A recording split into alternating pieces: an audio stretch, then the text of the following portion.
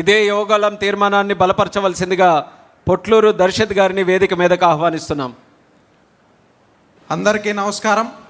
2014లో విభజన జరిగినటువంటి రాష్ట్రంలో ఉద్యోగాలు పరిశ్రమలు లేక ఆనాడు ఆంధ్రప్రదేశ్ అంధకార ప్రదేశ్గా మారితే ఆనాడు మనకు కనిపించినటువంటి ఏకైక ఆశాదీపం బ్రాండ్ సిబిఎన్. ఆనాడు యువత సామర్థ్యాన్ని నమ్మిన ఏకైక నాయకుడు నారా చంద్రబాబు నాయుడు గారు. ఆ నమ్మకంతో యువతకి మనం నైపుణ్యాలు అందిస్తే ప్రపంచమే అవకాశాలు ఇస్తుందని భావించి ఆనాడు పరిశ్రమలకు కావాల్సిన నైపుణ్యాలని యువతకు అందించడానికి స్కిల్ డెవలప్మెంట్ కార్పొరేషన్ ఏర్పాటు చేసి తద్వారా సిమెన్స్ వంటి అంతర్జాతీయ సంస్థల సహకారంతో రాష్ట్ర వ్యాప్తంగా ఉన్నటువంటి ఇంజనీరింగ్, డిగ్రీ, పాలిటెక్నిక్ విద్యార్థులందరికీ కూడా నైపుణ్య అభివృద్ధి చేసి వారందరికీ కూడా 2019 వచ్చేసరికి లక్షలాది రూపాయలు వచ్చే ఉద్యోగాలు ఇచ్చి ఆనాడు ఉన్నటువంటి యువత అందరికీ కూడా లక్షలాది మందికి నైపుణ్యాభివృద్ధి చేసినటువంటి ఘనత చంద్రబాబు నాయుడు గారిది. మరి ఆనాడు మనం చూసుకున్నట్లయితే విభజనతో నలిగిపోయినటువంటి రాష్ట్రానికి మరి ఒక నైపుణ్య విప్లవం ద్వారా కొత్త ఊపిరులుది ఇండియా స్కిల్ రిపోర్ట్లో సైతం ఆంధ్రప్రదేశ్ని అగ్రభాగాన్ని నిలిపిన నాయకుడు మన నాయకుడు నారా చంద్రబాబు నాయుడు గారు.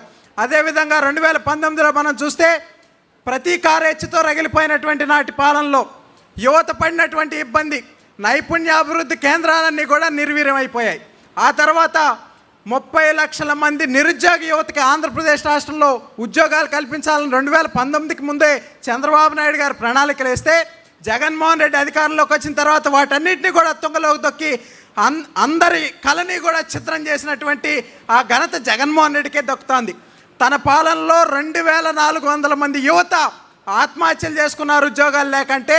ఈ రాష్ట్రంలో అది కేవలం సంఖ్య కాదండి. 2400 మంది తల్లుల కడుపు కోత, 2400 కళ్ళకు జరిగిన అంత్యక్రియలని ఈ సందర్భంగా నేను తెలియజేస్తా ఉన్నా.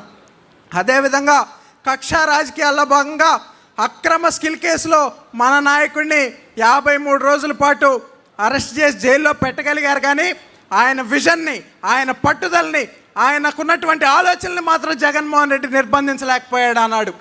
అయితే ఇదే సందర్భంలో రాష్ట్ర వ్యాప్తంగా ఉన్నటువంటి మనందరం ఏ విధంగా అయితే కదిలి నిరసన కార్యక్రమాలు చేపట్టామో మరి 1 కాదు, 2 కాదు, 3 కాదు, 79 దేశాల్లో ఉన్నటువంటి యువత అందరూ కూడా ఆయన విజన్ వల్ల లబ్ధి పొందిన వారందరూ కూడా బయటకు వచ్చి నిరసన కార్యక్రమాల ద్వారా మరి తమ అభిమానాన్ని చాటుకున్నారు. దానికి మనందరం కూడా ప్రత్యక్ష సాక్షులం అయ్యాం. వీటన్నిటితో ఆనాడు రాష్ట్రంలో ఉన్నటువంటి యువత ఈ కక్ష రాజకీయాలు మాకొద్దని విసిగిపోయి ఒక స్పష్టమైన తీర్పుని 2024 ఎన్నికల్లో ఇచ్చారు. మాకు రివెంజ్ పాలిటిక్స్ కాదు, రిజల్ట్స్ ముఖ్యం అన్నారు. మాకు కేసులు కాదు, కెరీర్ కావాలనుకున్నారు. కాబట్టి 2024 ఎన్నికల్లో రాష్ట్ర రాజకీయాల్లో ఒక సువర్ణాధ్యాయానికి తెరదీస్తూ మన కూటమి ప్రభుత్వాన్ని అధికారంలోకి తేవడంలో యువత కీలక భూమిక పోషించింది. మరి ఆ సందర్భంలో అప్పటిదాకా ఉన్నటువంటి ప్రభుత్వాలన్నీ కూడా మరి కులాలు, ఓట్లు, సీట్లు లెక్క పెట్టుకుంటూ ఉంటే ఆనాడు మన రాష్ట్రంలో ఉన్నటువంటి కూటమి ప్రభుత్వం యువతకున్న టాలెంట్, స్కిల్ అండ్ పొటెన్షియల్ లెక్కబెట్టింది. అదే ముఖ్యమంత్రిగా చంద్రబాబు నాయుడు గారు తీసుకున్న మొట్టమొదటి నిర్ణయం స్కిల్ సెన్సెస్. ఈ స్కిల్ సెన్సెస్ ద్వారా తీసుకున్నటువంటి నిర్ణయాన్ని మరి నైపుణ్య గణన చేసి నైపుణ్య పోర్టల్ ద్వారా వీటన్నిటిని కూడా పరిశ్రమలకు అందించినటువంటి ఒక చక్కటి కార్యక్రమాన్ని తీసుకోవటం. అదేవిధంగా రాబోయే రోజుల్లో స్కిల్ యూనివర్సిటీ ద్వారా రాష్ట్రంలో ఉన్న యువత అందరికీ కూడా నైపుణ్యాభివృద్ధి చేసి మరి వాళ్ళందరూ కూడా జాబ్ సీకర్స్ కాదు, జాబ్ క్రియేటర్స్గా చేయాలనుకున్న లక్ష్యం మన నాయకుడు నారా చంద్రబాబు నాయుడు గారు. దాన్ని ఈ సందర్భంగా తెలియజేసుకుంటూ అదేవిధంగా మనం చూసుకున్నట్లయితే మరి ఈ స్కిల్ సెన్సెస్తో మొదలైనటువంటి ప్రయాణం స్కిల్ ఆంధ్రాగా మారాలి. ఈ స్కిల్ ఆంధ్ర గ్లోబల్ ఆంధ్రాగా ఎదగాలనేది మన యువ నాయకుడి సంకల్పం. ఈ సందర్భంగా మనం చూస్తే మరి ఉత్తరాంధ్రని డిజిటల్ గేట్వేగా తీసుకుని పరిశ్రమలన్నింటినీ కూడా తీసుకొచ్చు. ఉదాహరణకి గూగుల్ కానివ్వండి, టీసీఎస్ కానివ్వండి, కాగ్నిజెంట్ కానివ్వండి, డెలాయిట్ కానివ్వండి, ఇటువంటి సంస్థలన్నింటినీ కూడా ఉత్తరాంధ్రకు తీసుకొస్తూ మరి యువత చేతుల్లో సర్టిఫికెట్లు మాత్రమే కాదు, పే స్లిప్పులు, శాలరీ స్లిప్పులు కూడా ఉండాలని నమ్మినటువంటి నాయకుడు నారా లోకేష్ గారు. అదేవిధంగా అమరావతి ప్రాంతంలో క్వాంటమ్ వ్యాలీ కానివ్వండి, రాజధాని పునర్నిర్మాణ పనులతో ఇక్కడ చంద్రబాబు నాయుడు గారు అభివృద్ధి చేస్తూ ఉన్నారు.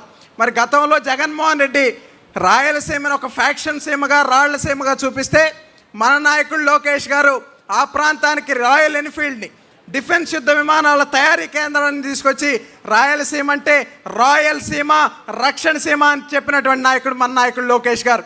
అదేవిధంగా 10వ తరగతి ఫలితాలప్పుడు కూడా మనం చూసాం. తన తండ్రి ఫోటో వేసుకునే అవకాశం ఉన్నా, తన ఫోటోతో ప్రచారం చేసుకునే అధికారం ఉన్నా, ఆ పేపర్ నిండా కూడా మట్టిలో మాణిక్యాలైన విద్యార్థుల చిరునవ్వులే ఉండాలనుకున్న లోకేష్ గారి మనస్తత్వానికి మరి ఆనాడు 5 పైసలు పని చేయకుండా 500 రూపాయల ప్రచారార్పాటం చేసుకున్న జగన్మోహన్ రెడ్డి మనస్తత్వానికి ఆనాడు ప్రత్యక్ష ఉదాహరణ చూసాం. ఈ సందర్భంగా చాలామంది మాట్లాడుతూ ఉన్నారు. చంద్రబాబు నాయుడు గారు వయసు గురించి మాట్లాడుతున్నారు, శాపనార్థాలు కూడా పెడతా ఉన్నాడు జగన్మోహన్ రెడ్డి. పిల్లి శాపనార్థాలకి ఉట్టి తెగదని జగన్మోహన్ రెడ్డి తెలుసుకోవాలని కూడా ఈ సందర్భంగా తెలియజేసుకుంటూ ఈరోజు మేము జెన్జీ ప్రతినిధులుగా ఇక్కడ ఉన్నాం. కానీ ఆలోచనలో చంద్రబాబు నాయుడు గారు జెన్జీ, మరి నాయకత్వ శైలిలో లోకేష్ గారు జెన్జీ అని కూడా ఈ సందర్భంగా తెలియజేసుకుంటూ ఆఖరిగా నేను ఒక్క విషయం తెలియజేయదలుచుకున్నాను.